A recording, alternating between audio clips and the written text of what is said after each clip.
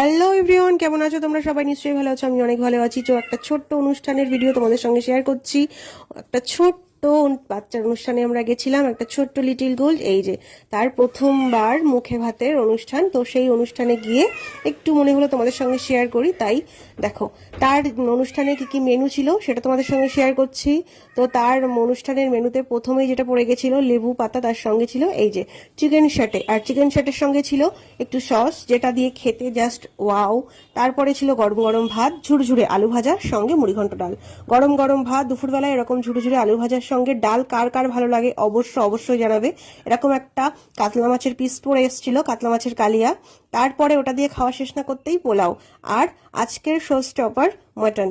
তো দেখো দারুণ ভাবে একদম গলে নরম হয়ে গেছিল। তো মটন আর পোলাও দিয়ে ভাত খাওয়াটা শেষ করে তারপরে পড়ে গেল চাটনি পাঁপড়। চাটনি পাঁপড়টা খাওয়া শেষ করতে না করতে ব্যাস এতগুলো মিষ্টি, দু রকমের মিষ্টি ছিল এখানে। তারপরে আইসক্রিম। তো আজকের মতো টাটা। ভিডিওটা কেমন লাগলো অবশ্যই কিন্তু জানাবে।